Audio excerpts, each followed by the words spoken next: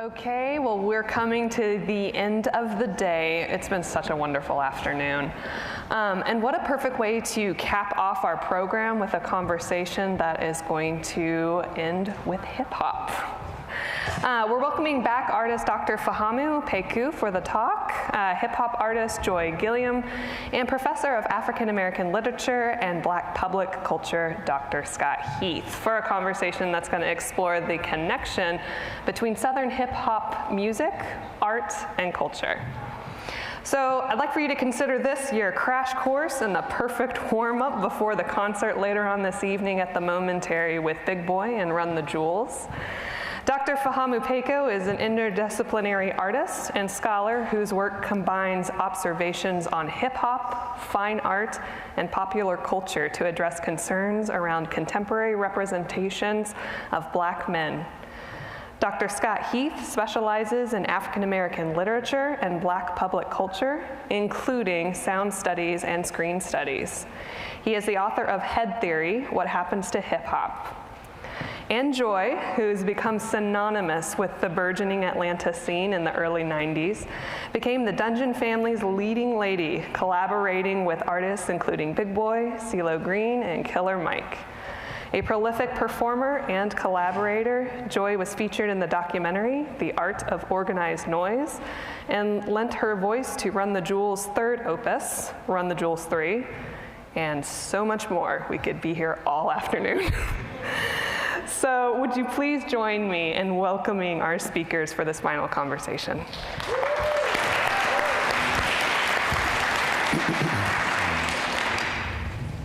Are we on? Is this thing on? It's on. How y'all doing? Good. I am blessed and honored to sit between these two. I over-prepare. I always do. I was going through bios and getting stuff together, and I got a bunch of questions and all this stuff, and this morning Fahamu laughed at me. I said, I'm getting ready to talk to you, and he laughed on text. LOL. Point being, we've known each other for some time. We've sat down a couple of times together. I've known Joy in and around Atlanta for a few years. You would think that'd be comforting, but I don't know. I'm still a little nervous sitting between these two because they've done such great things. I had these bios and I was doing it, prepared them as a formality, but what I think I'll do is skip that for now, but maybe dig back into them a little bit as we have what, we're gonna keep kind of casual as a conversation. So, the Dirty South, the theme of the exhibit and the weekend is a place I want to start, and I've been thinking a lot about Southernness, Blackness, sound, technology, all those things. And I think I'd like to start with the Southern part, but start by asking either of you wants to go first, just to, for all of our sake, tell us a little bit about where and how you grew up. And I promise it'll make it make sense. I'll make it make sense in a minute. I'll start. Hi, everybody. I don't know if this is going, so I may do a little projecting. As I said, my name is Joy Gilliam. I'm from Nashville, Tennessee, born and raised. I lived in Atlanta, Georgia for 20 years before moving to Los Angeles, which is where I currently live. Before I even talk about how I grew up and being like a really succinct 3 minutes, I also want to just say, I want to give credit to the person who coined the phrase, Dirty South. Mm-hmm.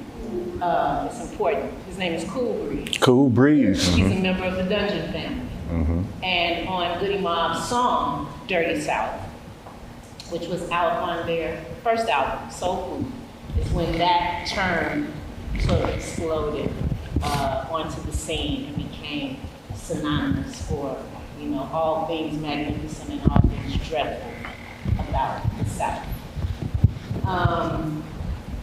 I grew up in Nashville, Tennessee, to two really cool parents, Belle and Joe. Joe was the first Black starting quarterback in the NFL. It was Joe Gilliam Jr. All right. Can y'all hear me now? Yeah.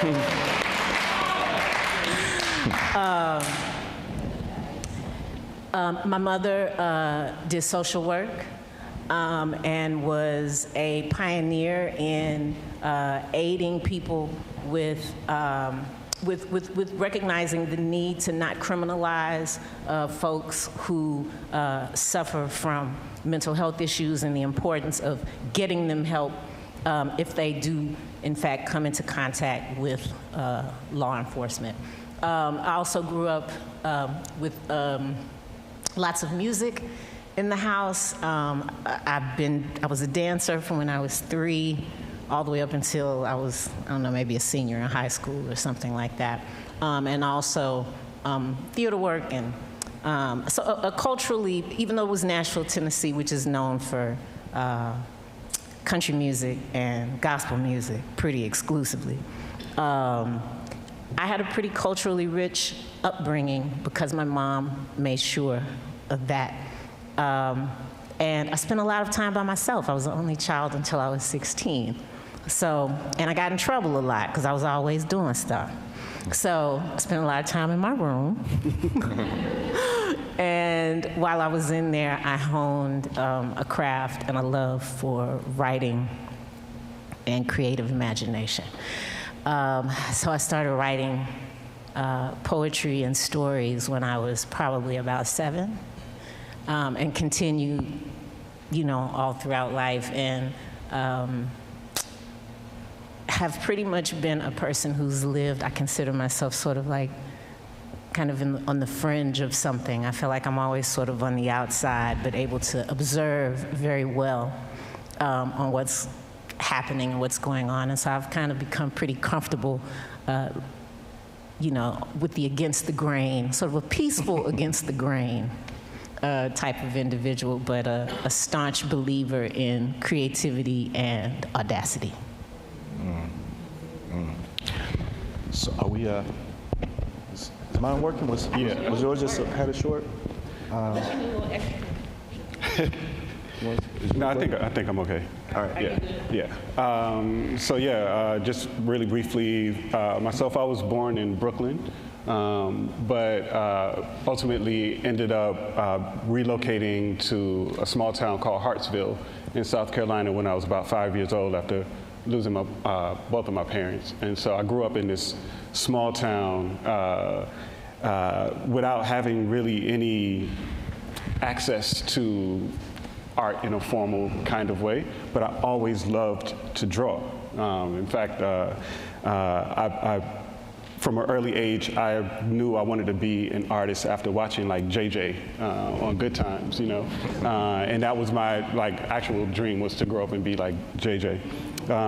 But you know, growing up in that small town in South Carolina, you know, because there wasn't much to do, all I did was draw. You know, like I just spent all my time drawing until I graduated high school and moved to Atlanta, and that was culture shock for me, because it was like really one of the first times that I was in a huge city where I, you know, had access to all of these kinds of experiences, like going to museums and going to galleries and things of that nature. But you know, even though, you know, my birth was in the North, my understanding, my upbringing, all of that stuff is very, very much rooted in the South.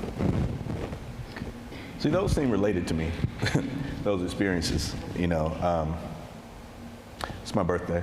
Happy birthday, man.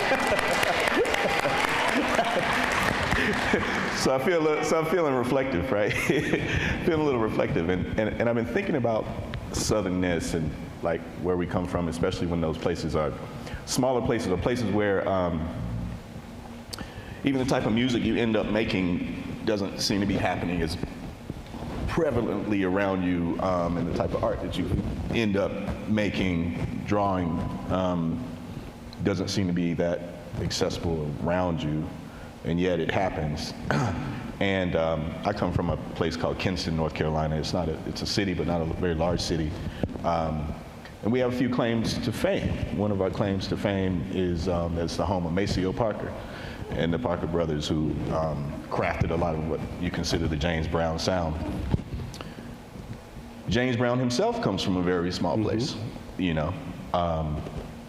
I've been thinking about people like him and others who come from these places, but once they reach a certain level of prominence, celebrity, and I want to talk some about celebrity. You and I talk about celebrity sometimes. We stop thinking of them as Southern artists necessarily. Like when you think of James Brown, you don't necessarily think of James Brown from Augusta, Georgia, or what have you. And maybe they did at one point, but you know, his personality and his work, you know, it seemed to obviously exceeded any kind of regionalism ultimately. And I see that happen with a lot of artists. I think of George Clinton from Kannapolis, North Carolina. Southern funk. I mean, I want to claim something. I mean, we got James Brown, we got George. I mean, we got Betty Davis from Durham, North Carolina. We got Aretha from Memphis. We got and so forth. Well, I'm still picking on and keeping my Carolina people, you know. But yes, but yeah, I mean, we should have that type. From Tennessee. We should have that type of civic pride, but it seems to get lost. Though, I mean, I have a theory that what's happening right now culturally is that we collectively, and black people especially, are trying to get back to something. And that something might be a Southern thing. So, I wanted to ask the two of you, I feel like we should be like huddled more together. But do you think of yourself, do you imagine yourself as a Southerner and a Southern one and a Southern artist? I mean, does that fit into your sort of idea of self and your idea of it as a professional? Yeah, to me, yeah, definitely. I mean, one. Oh yeah, helps, please. Sorry. Be careful. One of my albums, well, I have various aliases, and so my fourth album is called Tennessee Slim is the Bomb. And so I very much wear my Southernness, as well as my blackness, as well as my womanness. All of that kind of comes as like a trinity, bow. Like, this is what it is this, and it's this first. And then it's everything else. Then it's, you know, galactic and universal and all of that after that, but it's womanness, it's Southernness, and it's blackness.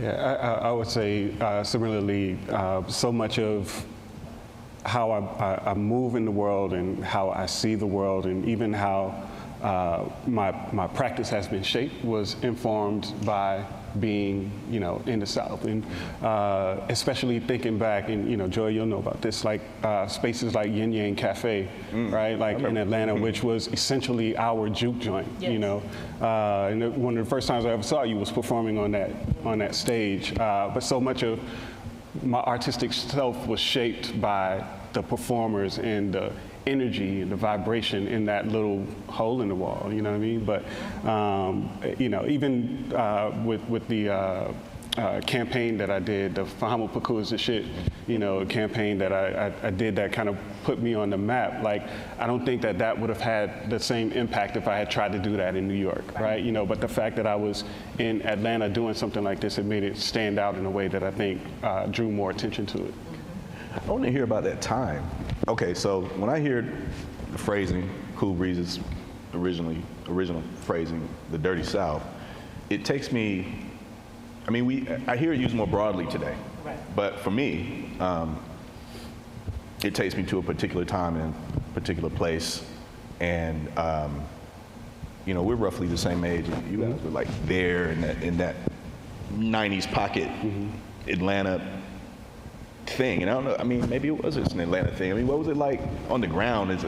Again, get romantic if you want to, but it was like something, I'm saying, but maybe it wasn't. You know, No, what I mean? it was But a big- were you like feeling like, okay, we are in the place to be, we are the people making the thing right now?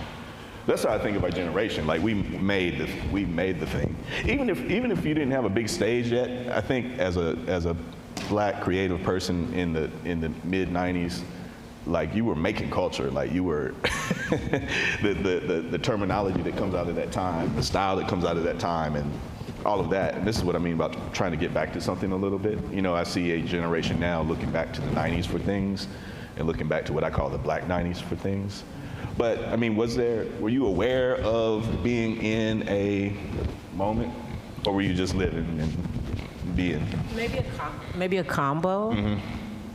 Would you say a combo, kind of? Yeah, definitely. I mean, because it wasn't like a conscious thing, like let's make something. No, it wasn't you know, that, yeah. But you were very much aware that There's something special was going on. You could feel that, yeah. Like I remember even after graduating from Atlanta College of Art in '97, you know what I mean? I want to be an artist, and everybody says you got to live in New York to be an artist. So I packed up and moved to New York, and I was there for a couple of years, and I was like, nah, this ain't it. Yeah, I got to go back to Atlanta. That's where I need to be. And there, I dashed over to London for about 7 months back in '94. I guess shortly after Pendulum Vibe did what it was going to do, and my little heart got, you know, toe out my chest at the idea that my record didn't sell, 10 million copies. And I ran to London to try to get a little clarity, and was just very sad the entire time I was there and didn't really do nothing, and was like, I got to go back to Atlanta. This ain't it. Like what I'm looking for, what I need isn't here. I have to go back, and came back and started working on Amoeba Cleansing. I don't want to harp on it, but I do think that, spaces like Yin Yang, right, were really crucial to the shaping of a lot of what we now refer to as like Atlanta's like creative sounds, also visuals, like all of that stuff was happening, but it was also emerging out of what was already going on culturally there. Like, people talk all the time, I wasn't there for this, but people talk all the time about like the talent shows that used to come out of like the high schools, in the 80s, right? And all of those artists like TLC and Outkast and everybody else like were performing in these talent shows, right? And Yin Yang was just like the college version of, of that. So like, I mean, I remember being one of the first people to, when I hosted a open mic poetry night, I was one of the first people to bring India Arie up on stage and bring Anthony David up on stage, right? And they had never performed before, but this was a place where everybody went, and you knew that there's like young black artists in this place just creating together. And also conversely, during that time, Savannah. you're talking about I'm sorry, Scotty. No. During the 80s also, I'm still in Nashville at that time. There's also a blossoming sort of hip-hop cultural scene that was happening at the time in Nashville, and I think that probably is true for pretty much every city, secondary and larger cities at that time. There were artists that were rapping. They had the step shows, the talent shows. That did a whole lot to push and shape hip-hop culture sort of as we know it. Like I was sharing with Scott that there was a rapper named Walter D in Nashville, and he was in this group called the Blow Pop Crew, and they had like step shows, and they would break records. It was my first time hearing UTFO. They were a little older than I was, but there were different scenes that were blossoming and growing, I think, all around the country in terms of hip-hop during that time. But to push it forward to 90s and being in Atlanta, Yin Yang in particular was this wonderful little incubator or meetup place for, a cross-section of creatives, Cats that were rapping, cats that were doing poetry, cats that were painting, cats that were sculpting, cats that were writers, dancers. All these types of folks were, converging into this one space there. And then even beyond that, strip club culture. At Big that up strip time, club culture. it is a very real thing for the record to get broken in strip clubs. Back then you get the girl who, is really that one in the club, and you're gonna give your record to her. She gonna break that record. Right. Because people want to see her dance to that record, And so, I I think you kind of can feel, because you talked about, like, do you know? It's not so much that you know, but you can absolutely look around and see. You can look around and notice that nobody is doing what you're doing. You certainly can see that. You know that you're kind of a lone wolf on something, or that you're in a collective of lone wolves. That part you know, but you don't know. There's no way to know what the impact is going to be until you look back. You know. I mean, I remember being cocky about something, about doing something. I was doing a lot of spoken word and slam stuff, and you know, I was with a crew of people who were like, we the shit. Like we're you know, we knew we were doing something. There's a bit of self mythology that goes on a little bit, depending. But I think by that time things were picking up, and a lot of those things were coming out of Atlanta, and I'm thinking about hip hop as this interesting genre, regardless of where it's made.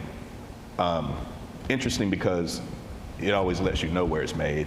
And what I mean is that more than any other genre of sound and culture, hip hop it insists on its own regionalism, right? It's a repping culture. Yeah, it is a repping culture. I mean, and you see this happen a little bit in other genres. I mean, the blues, notably. I mean, you know where blues comes from, and then there's the Chicago blues, and it's, you know, they're compared.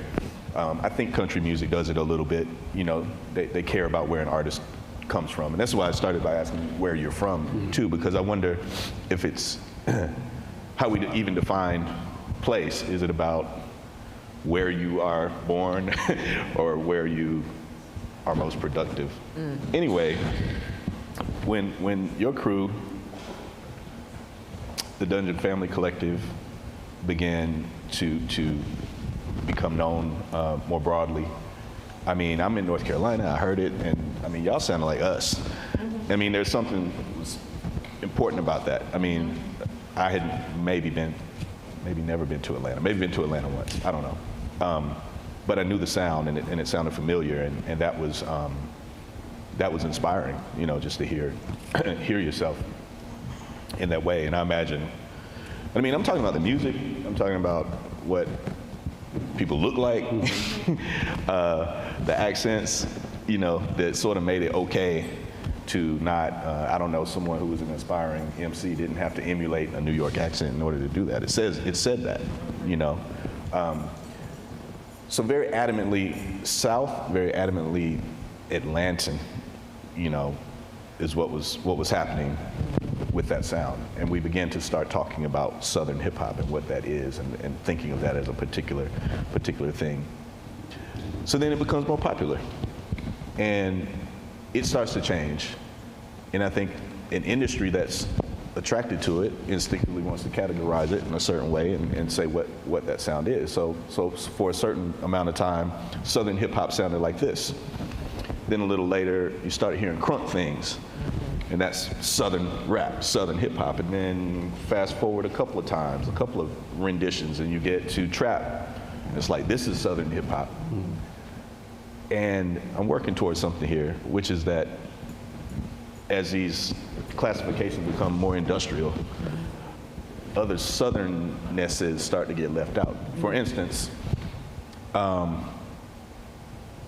J. Cole is from Fayetteville, North Carolina. I don't often hear him discussed as a Southern rapper, right? The way I do, like, say, Young Thug. Who else? I mean, even Childish Gambino, he's from near Atlanta, but I don't hear him in the conversations about Southern hip hop, you know? And I wonder if that has to do with an expansion. This is why my led to my question to y'all about, you know, how you feel about your own Southernness, or if you've even been pressured at different points to subdue that industrially, you know. I think it certainly has been misunderstood a lot. I think that for whatever reason, maybe because of the overt, you know, the associations with the overt oppression that people experienced in the South. I think sometimes people are not quite ready for the Southern Black intellectual, or to look at Black Southerners as if they can be intellectual even. And so there's a little down nosing, maybe a little looking down the nose at some folks that are from the South and their works. But as we all know, I mean, you know, how you gonna look your nose down at James Brown? Well, You know, how you gonna look your nose down at Tina Turner? How you gonna look your nose down at Aretha? These are people in a pantheon of their own, you know. And it but can I get think frustrating.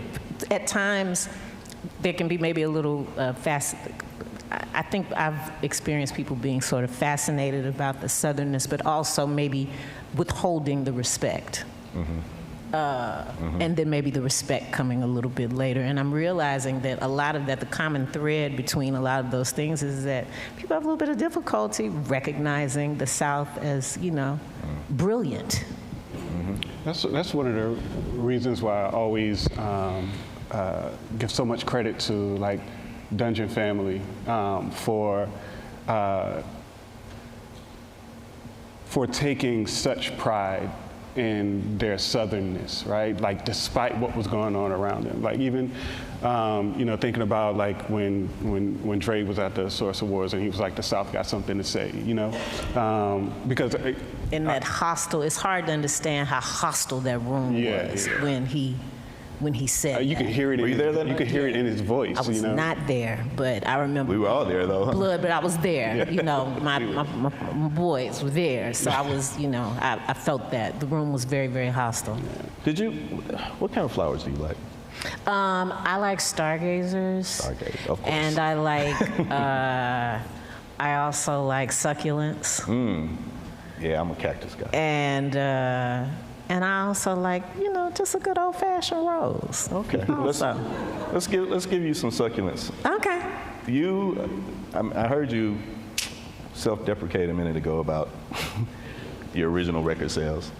Oh. And I want to say that regardless of that, you are one of the first individuals that I'm aware of who was begun to be classified as neo-soul when that became a thing. It predates the moniker. Yeah, absolutely. The work predates it And- by a couple of years. I mean, I think the people who know, they know. Yeah. But when I think of the neo-soul, I'm still harping on this, y'all. I think so many people who contribute to what we think of when we think of that neo-soul movement are also Southern people. Yeah. Like India. That's why I asked. I couldn't quite remember where she was from. I knew it was South. D'Angelo from Virginia. Badu from Dallas. Texas. So on and so forth. There's a few New Yorkers in there. But the people who really represent that, the majority of those who really represent that moment in art making are also Southern people. But I mean, even like the producers and stuff who like, you know, begin to shape that, like Teddy Riley, Absolutely. and Dallas Austin, you know what I mean? That's, yeah. Jermaine. Yeah, Jermaine Dupri, like all of that is really coming out of the South. Yeah. Yeah. Okay, I'll get off the kick. You know, did I mention it was my birthday? I'm just riffing for a minute. I do see something happening with I was going to ask y'all who you're listening to right now, or looking at, or reading. But I see something. I was saying this thing about hip hop and its insistent regionalism. But I think more recently we're starting to. I don't know if it's getting away from that, or if that's fading when you. I just don't hear it as pronouncedly anymore, and I think that has to do also with new technologies. Things stay in regions for a reason. I mean, they just don't. It's hard for them to escape at certain points. But now with everything from TikTok to Instagram and what have you. I mean, we're talking about the 90s. I mean, Google didn't even exist. You know what I mean? So it was harder to see what's happening in other places. You know, it required, in some senses, actual physical movement, which historically we've been good at as Black people, whether we want to be or not. So when things begin to be produced in different ways, you know, you start to hear the sounds overlap. You know, something you would have thought of as a Southern sound starts to be produced out of, you know, the Northeast or out of far West Coast. What'd you say? Sweden. Yeah, or Sweden. They're making some good trap music in Europe. Excellent R&B out of Some good Sweden. trap music in Europe. Yeah, so that's what led to my question too, just about how you imagine your own work and whether that's something you stay aware of or try to hold on to. And you've been working out of Los Angeles for a while. I heard you were thinking about coming. Maybe. You said what now? I heard you might think about coming back our way. Yeah. I might. Well, let me ask. Well, what's that been like? Like you being yourself in that environment. Are you there because of access to different production modes, or just to be somewhere else? Like I was there. like London. Yeah, exactly. Or, Yeah, I was there just to be somewhere else. I had at the time when I left Atlanta in 2012, I just felt as though I had done all that I could do there. And it was time to go somewhere else. And I didn't know if that meant, you know, exhaustive work somewhere else, or if that meant just go and sit the hell down somewhere else. And it was a little bit of both. One of the smartest things I ever did, that's for sure. As busy and crazy as Los Angeles is, I have, you know, a different sense of peace and solitude that's there mostly because no one knows me. And I live right smack dab in the middle of the city, sort of like hiding in plain sight. But my work, since I have been there, because I am afforded the solitude, has expanded in a way that I didn't really expect. I didn't expect to tap into several different parts of my artistry. I thought that I would just continue pretty exhaustively in music, but you know, I've picked up the camera, I've got, you know, paints, I'm drawing, I'm like writing 12 different things at once, like everything is expanding since I've been there. And to your point about sort of a return to something, as a result of all of that, I've been thinking more about, is it time for me to go back to the South now? Because is it time to share these works, and is it time to amplify these works? Is it time to teach these works? You know, it's like the work has expanded into something different than it was when I was younger. And I understand in hindsight, because I see the effects, I see the impact, I see the influence and of the previous work. And so now I feel as though I would be standing before people in a different way, sort of like as living history, but also as, also, you know, existing in the future of myself simultaneously. And that seems to be something that has become more important for me now. And the importance of history, the importance of a timeline. That's a great segue in my mind, and it makes me want to ask you something. Fahamu's familiar with this idea. I'm gonna come back and see if you change your mind. Joy Gilliam, Star Kitty, Tennessee Slim. Can I say sir? Sir Rebecca Holy Love. Say it right? How you say it? Sir Rebecca Holy Love. That sounded like you slurred, you held up. And I said Sir Rebecca Holy Love. Yeah. All right, we got all these people, personae. So I'm thinking about your creative process and presentation.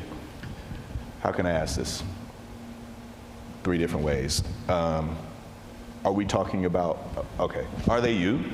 Yes, all of them. Are they the same you, or are we talking about different parts of you making a different sound or expressing a different idea, thus different namings? Yeah, different namings, me at a particular point in time.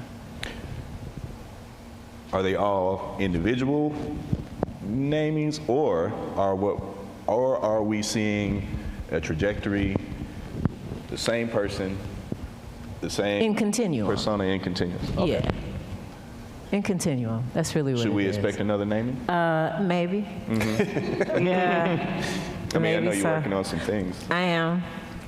There's a project that I'm working on now called Teen Wolf Rebellion. And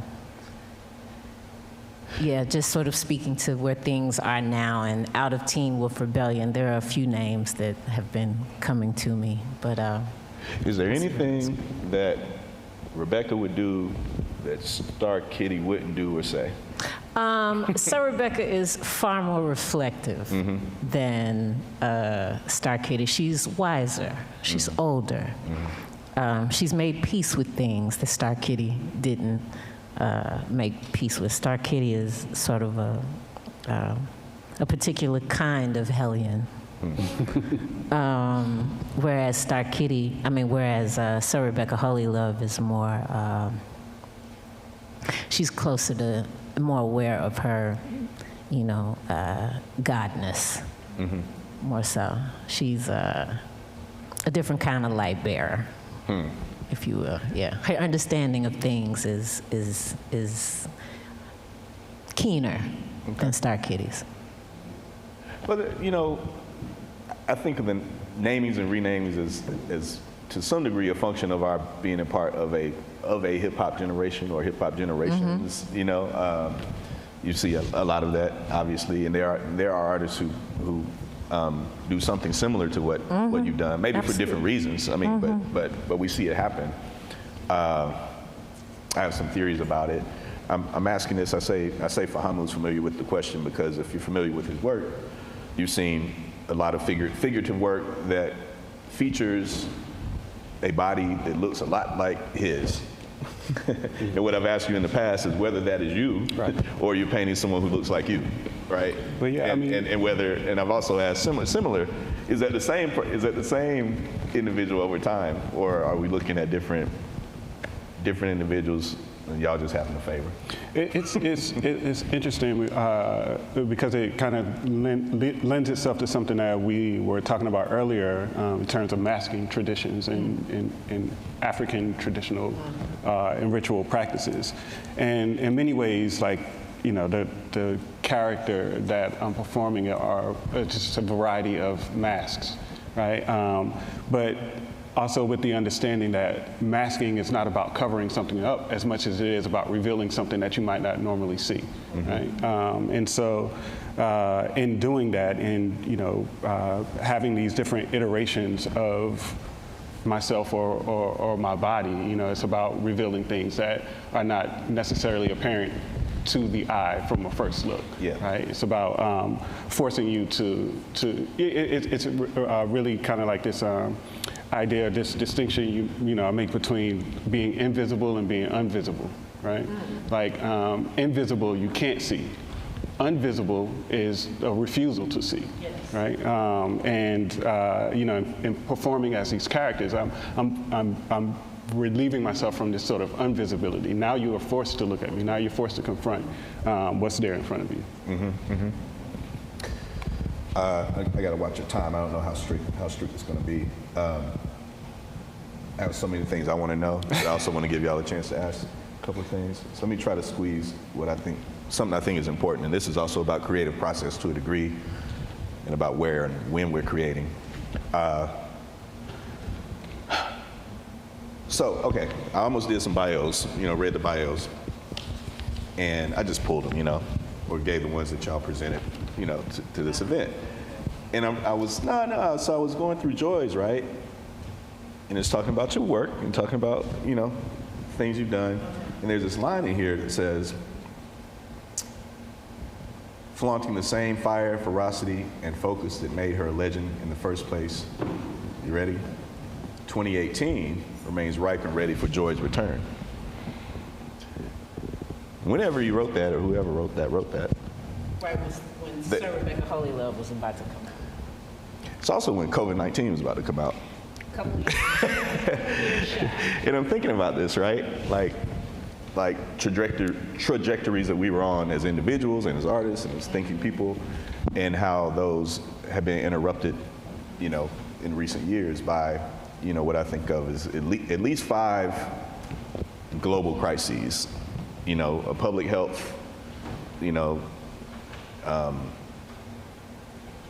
crash. I mean, I don't even know what to call it.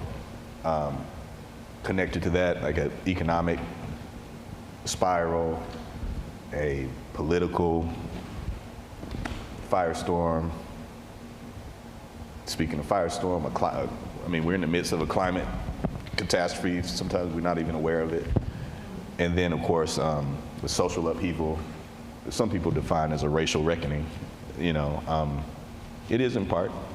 But all that's going on, all of it's going on at once, and it's intersecting and interconnected, and we've all had to deal with that, you know, in our own ways.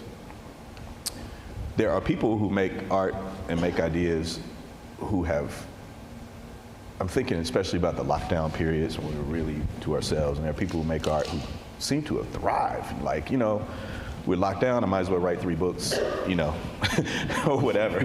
And there are people who were locked down and found it stifling to some degree and didn't get things done the way they normally would. Were you either of those people?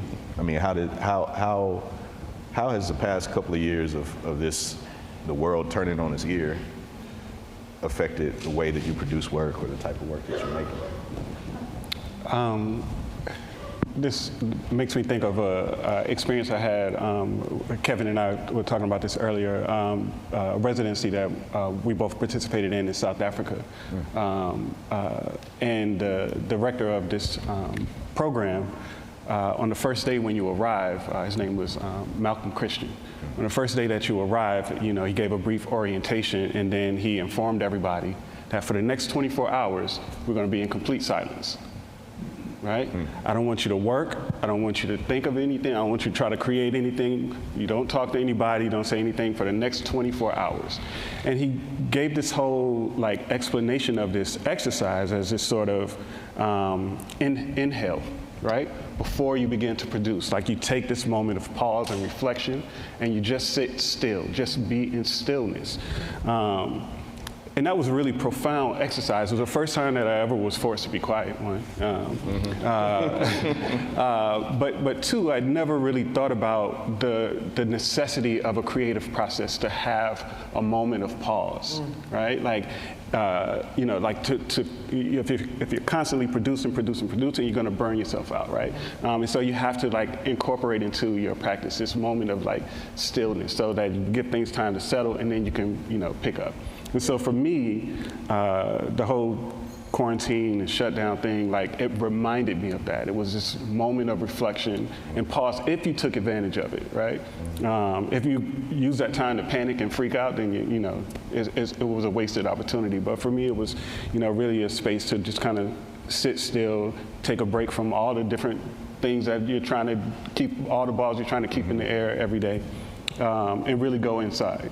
And that was really transformative to me. It's actually led me into doing much needed therapy, which I, you know, have never done before. You know what I mean? Like a whole number of really what I consider positive outcomes, you know, have emerged from that experience. But I think as an artist, it's not a foreign thing for creatives to recognize the necessity of stillness, right? This was forced, of course, but at the same time, if you were creative and you're using your time, it for me became productive. Oh, it's the forced that's so hard, though. I say it's the forced that's so hard, right? But it's I mean, like, sometimes it happens like that. Like when you're working and you burn yourself out, like you're being forced to. You're being forced. You're being forced to shut down. You know what I mean? Yeah. Yeah, you know, it just seemed like a period where even that solitude, welcome or not, was accompanied by an awareness of so much burning outside, right? That can be, you know, that can be difficult to stomach, you know, while you're trying to focus on these things. As a matter of fact, it can make you wonder about the value of what it is that you're producing. Like, should I be doing this, or should I be out doing something else? How was it for you, Joy, that period? I mean, we're still in the period. And we are. Right. We are very much still in it. You know, even if everybody wants to pretend like we're not, we still squarely up in that thing. During that time, well, it was difficult time for me in the very beginning, the onset of things. I become kind of hyper aware or feeling around people passing away. And this was before things had started, a few months prior. So by the time things were in full swing, early March 2020, I had COVID. And had, you know, pretty nasty, not as nasty as some people, didn't have to go to the hospital or anything, but I absolutely had long COVID, had long symptoms, spent the better part of 2020 trying to get back to something or push forward to something. My breathing, my chest, I'm winded, brushing my damn teeth. You know, I can barely walk down, the stairs. Like, it was just that way for several months. And during that time period also, I seemed to shoulder pretty heavily an awareness that I always had, but it was heightened during the pandemic. It was very, very clear to me in a newly painful way, just as a woman now of a particular age at a particular time. It sat really heavily on me, the disdain and disregard that Black people are seen with internationally, and how much we are taken from, and how everybody loves to, sop up the fucking, excuse me, children, likes to sop up the sweetness with the biscuit and feast on it, but don't nobody want to do the dishes. Or don't nobody want, just, that might have been a crazy little comparison there, but you know what I'm saying. Like, I became hyper aware of how much we are taken from. And the deep, deep, deep fascination and awe that we inspire, and then how we are so disregarded. That clearly been happening the entire time. Clearly something I always knew. It sat on me a different way during that time period. And it sat on me like so hard that it became, depressive. But somewhere within that, it also gave me another kind of spine straightening and another kind of urgency around the work that I still had to do, and another kind of clarity around the importance of the work that I had already done. And then I didn't feel so, depressive anymore. Then I felt more empowered. And I felt more certain and clear, and which brings us to, to now. I feel, just the urgency of all people who have, all Black folks in particular, that have gifts, that have things that have been that you good at, but it's been just kind of laying dormant, and you haven't really been seeing about it. And this is for all folks, but in particular Black folks, because we shoulder a very particular kind of burden around our gifts. I challenge anybody in this room, if you're good at something and you haven't been doing it, I really challenge you to go ahead and get back into that. Everybody here, we all have gifts. I think it's very important in these times when there's such an attack on all things that are beautiful, on intellectualism, on scholarship, on history, on things that are fundamentally true. I think it is essential that everybody gets into what they are good at, and I mean really let that thing all the way shine,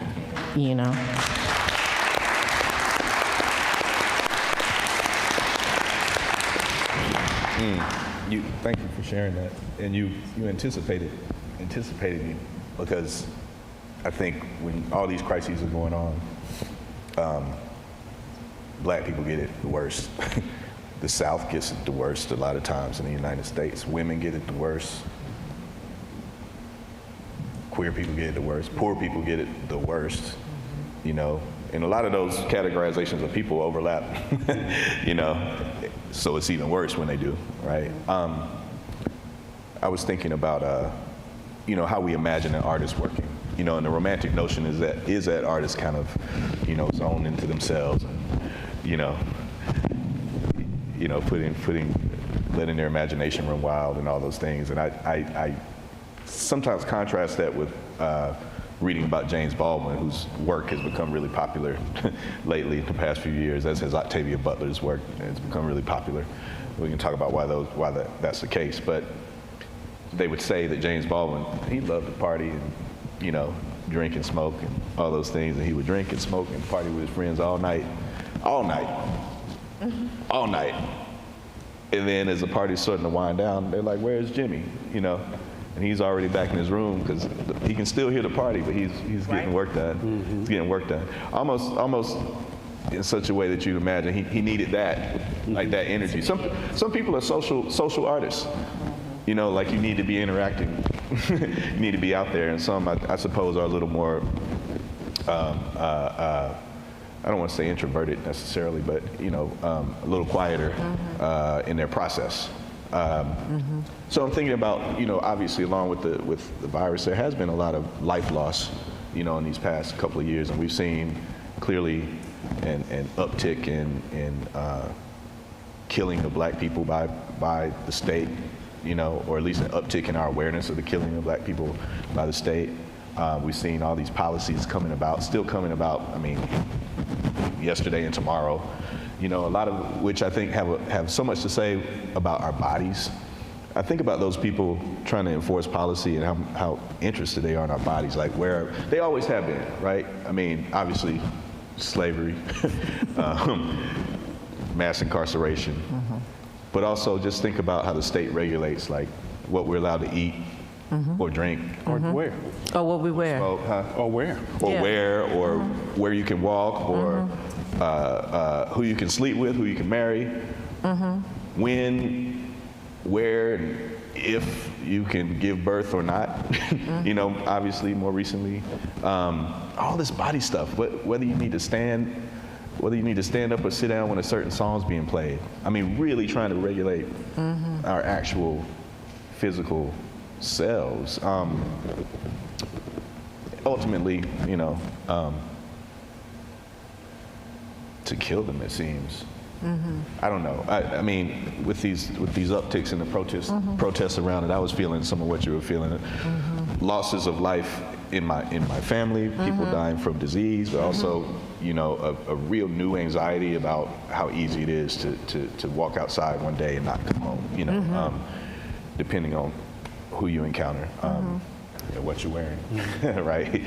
So I'm thinking about something you were kind of getting at, like. Is there,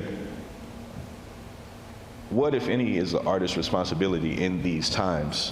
You know, I think it was Tony K. Bambara who said that the role of the artist is to make the revolution irresistible, right? You know, is that indeed the role? I had asked through Adama, your museum project, you know, I'd asked a couple of artists in your art salons about, as a protest had begun, you know, around Juneteenth in 2020, you know, I asked a couple of artists, did you feel responsible as an artist and as a witness to actually be present at the protest, and be physically there, like physically present and observe and report and, you know, generate an idea based upon it or what have you, feed the people based upon that idea, or not, you know? And in those times we may have these philosophical concerns. We also have individual concerns, like, oh, I don't want to get sick, for instance, or I have, you know, relatives who could easily, you know, succumb to illness or something like that. Big question out of a big frustration. I mean, do you feel newly responsible, especially responsible to respond to the time and place that we are in now? I don't know if every artist, artists have their particular, just like, people have particular things that they are good at, and particular perspectives that they're able to convey, with ease, and other perspectives with which they're, challenged at being able to convey. And I think that for those who have the capacity and the bandwidth to do it, because I respect that so many people just don't have it, So therefore, those who do have the bandwidth, I do think that there is a level of responsibility. I wouldn't say what that means. Does that mean showing up in the streets? Does that mean, screaming whatever to the top of your lungs? I don't know. Does it mean, for me, in my case, I think it looks like being able to plant seeds. I think it looks like being able to encourage independent thinking, to encourage trusting one's instinct and intuition, to encourage one to be bold in the desires of their heart as it pertains to the goodness of all mankind. I think that of people kind. I think that that's where I'm coming from. All I know how to do is to be open as a vessel while I'm here to do the things that will be uplifting for me and for my people. That's why I do what I do. And anybody who can be affected positively by that, or whom it can inspire thought, or whom it can expand, or hell, who it can even piss off, and if it pisses you off, why? You're going to get to something from that, too. I think that we do have a certain sense of, those of us that have the bandwidth for it, I think we do have a certain responsibility in these times to be reflective, to question, and to also push. If you don't have the bandwidth yourself, perhaps you do have the bandwidth to push, an artist who is younger. And who is, perhaps mentorship could be something that you can do. Everybody, the front lines thing or the most visible thing is not so much, I think, what's needed now. That's why I was sharing earlier. I think everybody that has gifts and talents, I feel like it's a time for all hands on deck. Mm-hmm.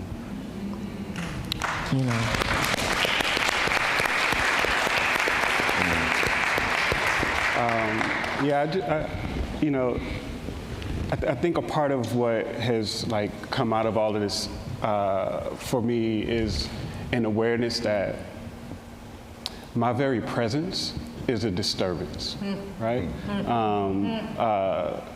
That my self-awareness is a disturbance. That my pride is a disturbance, right? And so it's, even without trying to be, to stand in resistance, I'm standing in resistance. Right, you're living it, right? And I think that, and I learned a lot of that from hip hop. You know what I'm saying? That despite all of the attempts to erase, to silence, to deny, I have to do this. You mean that fad that started in the 80s? Yeah. It's not even something that I feel like it's I have to try to do. Just being is, just being is the doing. And I think that is a powerful and undeniable aspect of being a creative, right? Of being an artist. I think it's James Baldwin who said, art should disturb the comforted and comfort the disturbed. Yes.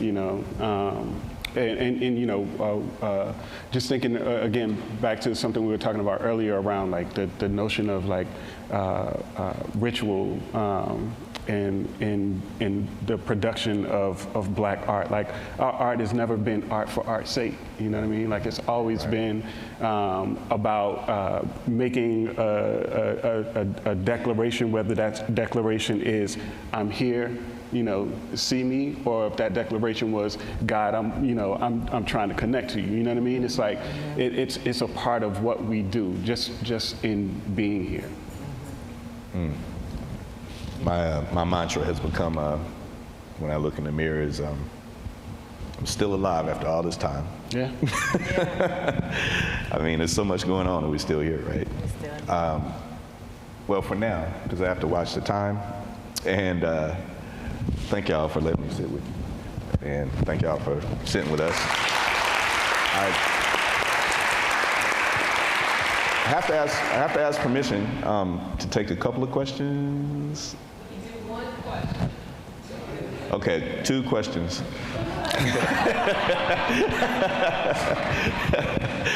Yes, sir.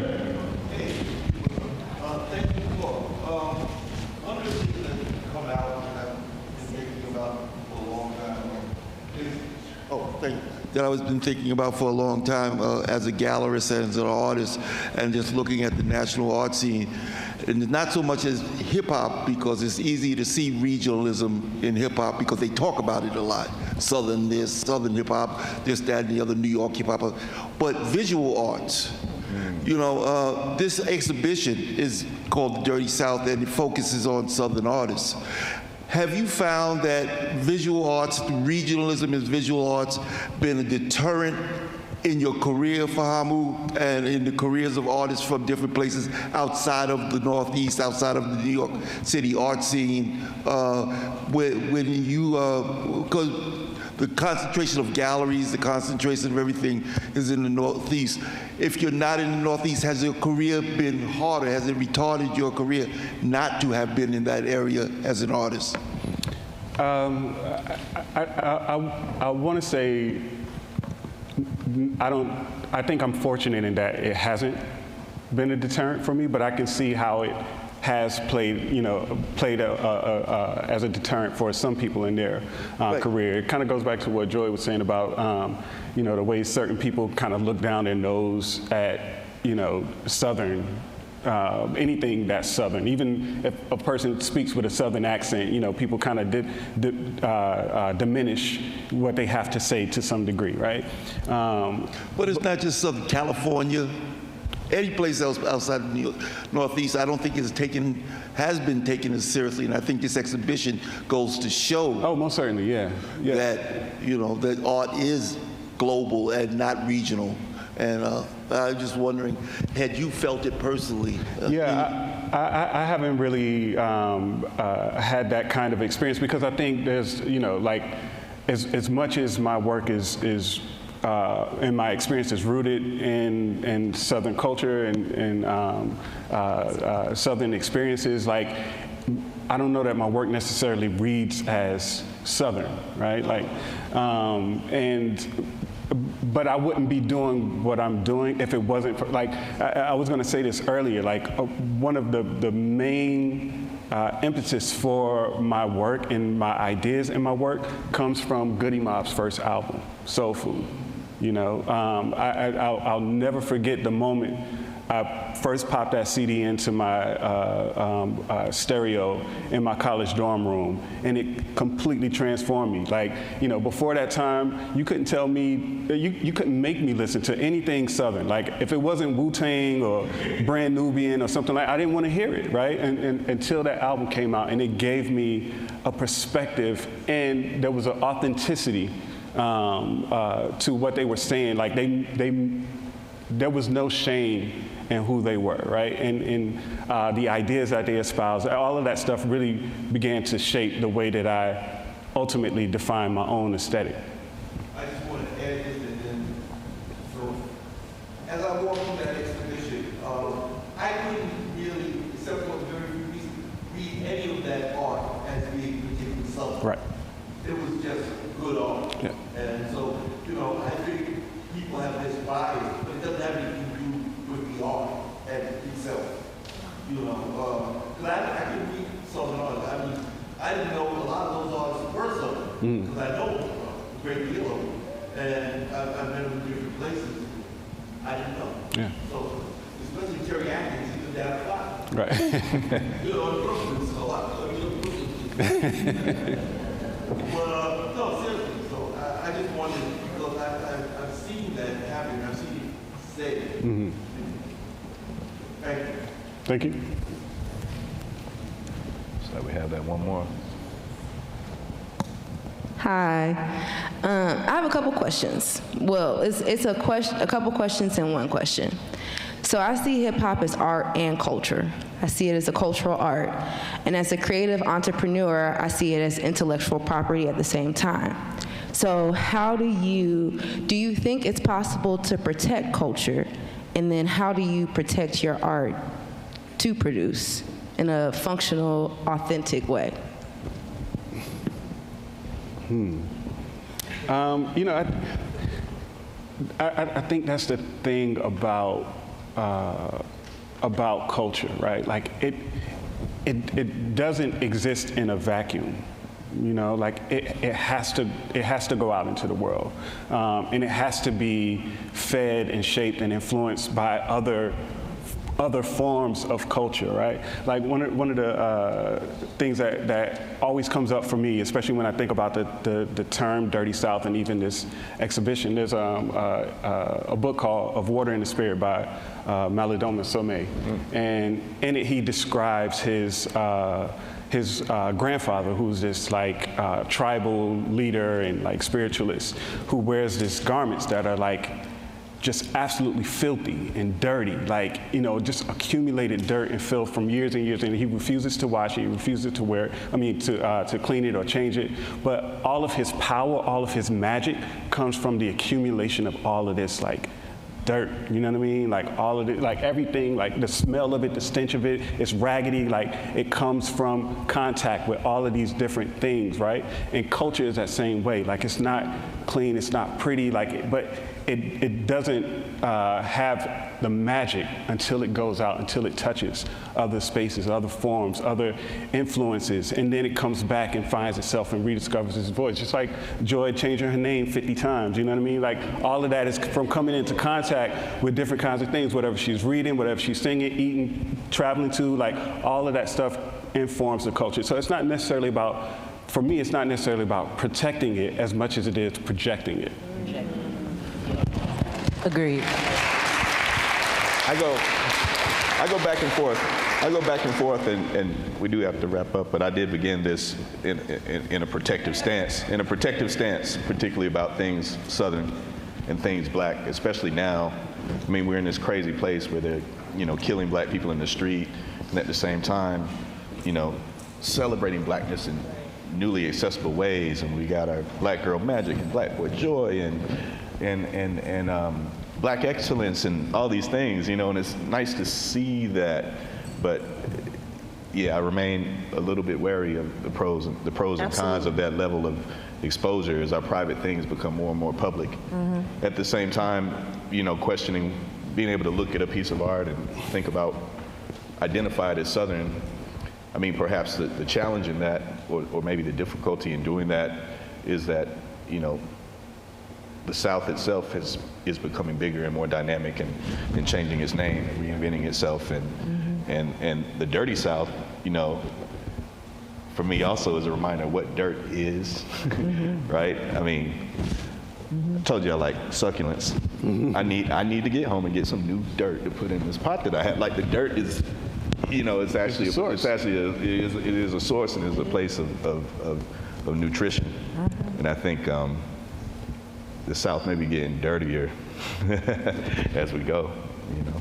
Well, I kind of wanted, Joy, just kind of go off what you were saying. I think that there's a small threshold between being informative and performative. Yes. And so I'm wondering, like, when is being performative harmful to our production, or, you know, what is the threshold of, you know, informative and performative? Because like this is very informative, but you know, what stops it from being performative, or is it all performance?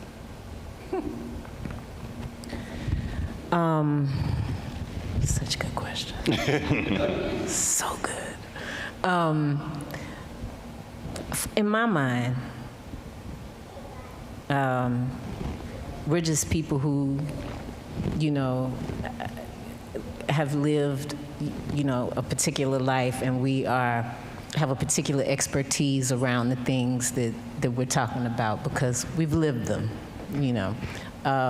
To sit and talk about that in an informative way, to me, there's no performance there. It's discussion, it's talk, it's learning, it's sharing, there's growth.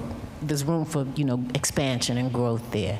I think when something is performative, I think performative is when it's just about the optics. It's just that. It's just what somebody is seeing, what it looked like, you know. And we all know that ain't necessarily shit, what it looked like, you know. What's inside of that. You know, what happens when you crack that thing open. You know, when things are performative, it's very surface. And when I think about anything, you know, politics, but anything that's performative is just optics. And it's only so much you can get from just optics. It ain't much from optics, but, you know, a picture, a snapshot. You know, there's no depth in things that are performative. And it's also, things that are performative are also sort of trying to appeal to something very specifically. And it's usually not, you know, in this country, there's a lot of performative, you know, stuff around, you know, whiteness. You know, people want to appeal to that because that's where the money is, that's where the power is, that's what, you know, that's the pinnacle of the social structure. People want to be performative because they want to be next to that. You know, assimilate, perform, to be next to that. But we all know that there's, you know, what is that? That ain't nothing, you know. So, yeah, when things are performative, there's no substance and it's just for optics. There's nothing there beyond it. And performative things, in my opinion, also tend to be things that want to sort of trick you. Because it's not necessarily true what they're showing you. And I can be like, girl, we gonna do this, and we gonna do this, and we gonna do this, and ooh, I just love you, ooh, we gonna do da. In that moment, you'll never see me again. All that shit I said I was gonna do, we ain't doing none of it. I never came back, you never saw me, it was a snapshot. It was a moment. That's what performative is. Yeah. Naturally.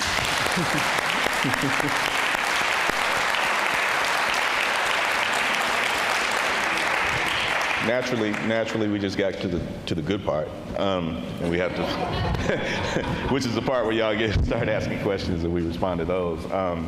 We have to finish, unfortunately. I am going to try to convince Fahamu to extend this conversation in his art salon series. Oh yeah, we got you.